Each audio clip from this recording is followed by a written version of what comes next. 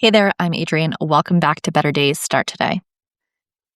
I wanted to talk about the fact that it is the middle of 2025. So July 2nd is the actual midway point of 2025. I came across an email where I had ordered bracelets in 2018 I ordered them at the end of 2017 for my word of the year for 2018. I actually ordered two. They were joy and authenticity. It was a time in my life where I felt like I wasn't having as much fun as I wanted to have. And particularly in work, I felt like I was showing up in a way that didn't feel super authentic to myself. So I made joy and authenticity my two words going into 2018. Now that's a while ago, right? But here we are in this year, and it's the midway point. Rather than thinking of all the goals you haven't accomplished yet that you said you were going to do at the beginning of the year, I invite you to consider at the end of this year, at the end of 2025, on December 31st, 2025, who do you want to be and how do you want to feel? I want you to consider who do you want to be and how do you want to feel? Well, goals are great and they give us some mileposts to follow, give us direction.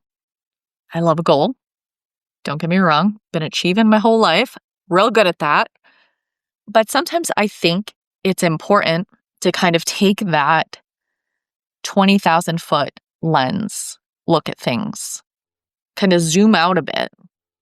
And when you consider who you want to become and how you want to feel, you can make decisions in service to those things for the remainder of the year. If you keep those things at the forefront of your mind, you may find yourself going in directions you may not have imagined for yourself.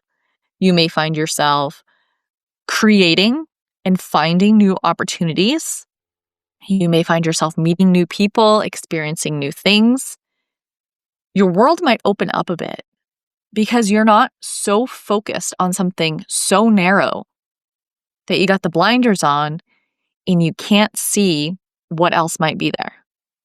Now, I'm not saying abandon your goals, don't have any direction. By all means, like I said, love a good goal, love checking some things off the list, love feeling good about my achievements. Any recovering perfectionists that were straight A students their whole life, just me. But seriously, think about who you want to become and how you want to feel. And I've done episodes on that, how you want to feel, follow the feeling. But I think this is a really good time to put the reminder out there because we're in the middle of a year. And rather than thinking about everything we haven't done, put your mind in the idea of what can still happen, who you can become, how you might feel. Getting into an area of playing with possibility rather than being down on yourself for what hasn't happened or what's thrown you off course. We're thinking in terms of what's still possible. And rather than trying to think of specific outcomes, while it can be helpful, give us direction, they can also, again, have us put some blinders on and not really see everything that's there, all of the possibilities. So we're not thinking specific outcomes right now. We're thinking about who we can become and how we want to feel. We're going to make our decisions in alignment, see where it takes us. I went on a trip to Grand Teton National Park, did some hiking, some backpacking, and these are some of the things that I've been thinking about. Really thinking about what feels good in my life, what feels right, what feels aligned. What are some things I want to let go of? Where did I think I would be at the middle of 2025 versus where I am? And I'm doing some recalibration. So I wanted to share that with you. I invite you to do a little bit of reflection, recalibration yourself, and consider as we go into the second half of 2025 with what's left in this year ahead. Imagine who you want to be and how you want to feel. And I believe if you make decisions in service to that, you will find yourself at the end of 2025 in a place that you're happy to be in. Regardless of what's going on around you, outside of you, if you're being true to who you want to become and how you want to feel, after the back half of 2025 plays out, you'll feel good about where you're at. I hope this has been helpful.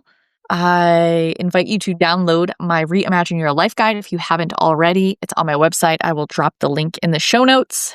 It will help you perhaps imagine some possibilities for your life that you have not yet considered. There's some journaling prompts, some AI prompts, and it will really get you thinking about some different directions you could take your life in if you're looking for a change. Or if you've been through a tough time and you're looking to turn a page on that, highly recommend grabbing the guide if you haven't already. Again, link in the show notes, in the episode description. Just click on it, download it. I think you'll love it. I hope you have an amazing week. I hope this has been helpful. And until next time. Thanks so much for spending time with me on Better Days Start Today. If you loved this episode, be sure to hit that like button, subscribe to the podcast, and leave a review. It helps more people find this space and start creating their better days too. And hey, don't forget to sign up for my newsletter at adriancrowley.com. You'll get exclusive tips, tools, and access to complimentary events designed to support you every step of the way. Until next time, remember, your better days, they start today.